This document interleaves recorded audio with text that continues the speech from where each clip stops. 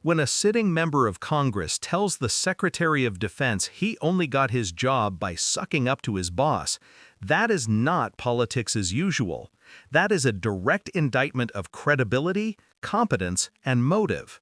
And Cisneros doesn't stop there. He tears into everything from illegal troop deployments to mishandling classified information to gutting recruitment and stealing money from service members. This exchange wasn't a hearing. It was a demolition. I recognize the gentleman from California, Mr. Cisneros. Thank you, Mr. Chairman. Mr. Secretary, so many topics to cover. I represent California's 31st District, located in Southern California, where you've deployed the National Guard and Marine Combat Battalion in an effort by this administration to provoke a confrontation. God only knows for what reason. As my colleague from Tennessee mentioned, the military has been activated before by the president, but let's tell the whole story. President Johnson federalized the troops after the governor of Alabama activated them to keep black students out of the University of Alabama. President Johnson did it so the students could attend the university. He did it for the right reason. He corrected a wrong. California did not ask the president for help, and the presence of the military is an effort by this administration to intimidate and incite fear and violence amongst its citizens. You failed at ensuring basic operational security by sharing classified data over an unclassified network. This was blatant, lazy, and put service members' lives at risk. And knowing that your office is a SCIF, I hope you are not bringing in your devices, your personal cell phone, or even your work phone, because that's not supposed to be in there either, right, your cell phone, into your office to send these signal chat texts. Your blatant lack of basic OPSEC would have gotten you forced you to resign from any other administration. You're requiring 8% cuts across all services, not to save the taxpayers money, but to fund President Trump's pet projects. You talk about quality of life for service members, but yet you take $1 billion away from the Army that was meant to improve their barracks and their living. You said that money waste, but we don't know that yet because we haven't seen a budget.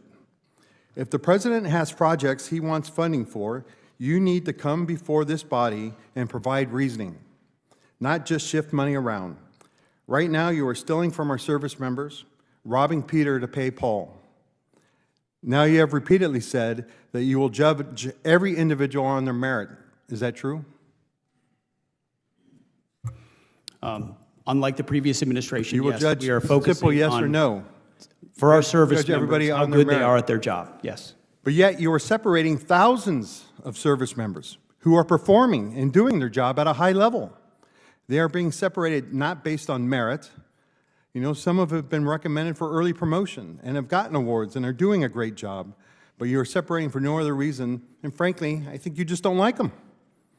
And you are classifying many of them as a national security threat, which is simply not true.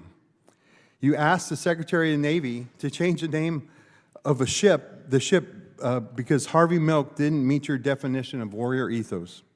If a Korean War veteran and a Navy diver who gave his life for standing up for his beliefs doesn't meet your definition, I don't know what will. You keep talking about recruiting, but let's face the facts here, right? Recruiting started improving before President Trump even came into office, and the reason that changed was because of the investment that was put into recruiting. Now, I was at the Pentagon at the time, and I know how much we invested in it, and I know how much of the services. And when you take away that investment, you're going to get exactly what happened in President Trump's first administration. In 2019, we had this same recruiting crisis that, back in 2019 when he was president the first time. You continue to attack diversity, but I have always said diversity is about creating opportunity. And I have seen plenty of individuals, many of them enlisted members, who when given the opportunity have succeeded not because of their sex, not because of color, not because of their sexual identity, but because of their worth ethic and merit. Mr. Secretary, when using your definition of DEI, I think there's only one individual at the Pentagon right now who got his job based on that merit, and that is you, and you got it because of sucking up to your boss. And with that, I yield back. Gentleman yields back. Chair. What you just witnessed wasn't a routine congressional hearing, it was a full-on political and moral reckoning. Gil Cisneros comes in with a list of accusations so long and so blistering that the secretary barely knows where to sit, let alone how to answer. Cisneros starts with California, his district, where troops were deployed without being requested by the state. He frames it plainly. This wasn't about safety, it was about intimidation. And he draws a sharp historical contrast. When President Johnson federalized troops in Alabama, it was to expand civil rights. Here, he argues, troops were used to suppress civilians. That's a heavy accusation, and it sets the tone for everything else that follows. Then Cisneros hits something even more serious: operational security. He accuses the secretary of sharing classified information on unsecure networks, something that would get almost anyone else fired immediately. In the Pentagon world, that's not a clerical error, it's potentially endangering lives. Cisneros frames it as reckless, lazy, and dangerous. And whether you agree with him or not, it's clear he's laying the groundwork for a broader point. This secretary is failing at the basics. Then he moves to money. Billions shifted away from barracks, away from quality of life improvements, away from the people actually serving, to fund what he calls pet projects of the president. And he's not subtle. He calls it theft, robbing Peter to pay Paul. He says the Pentagon is underfunding the backbone of the military to cater to political optics. Recruitment is down, morale is down, and he pins that decline on choices made inside this administration.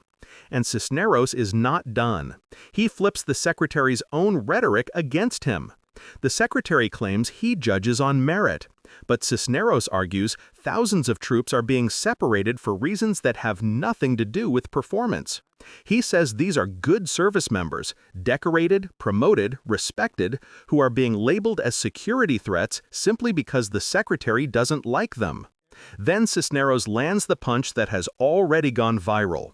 You are the only one at the Pentagon who got his job on your definition of merit. And you got it by sucking up to your boss. That is not just an insult, it's a challenge to legitimacy. It's Cisneros telling the American public, this isn't leadership, this is loyalty politics masquerading as national security.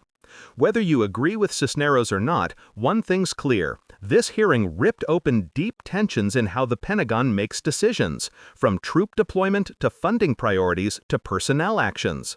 And the American people deserve clarity. These aren't small issues. They affect real troops, real communities, real national security. If you care about accountability, transparency, and the real lives behind the politics, make sure you comment, share, and hit subscribe. Left Lens isn't here to echo the talking points. We're here to break them open. Your engagement pushes this conversation into the spotlight, and the truth deserves nothing less.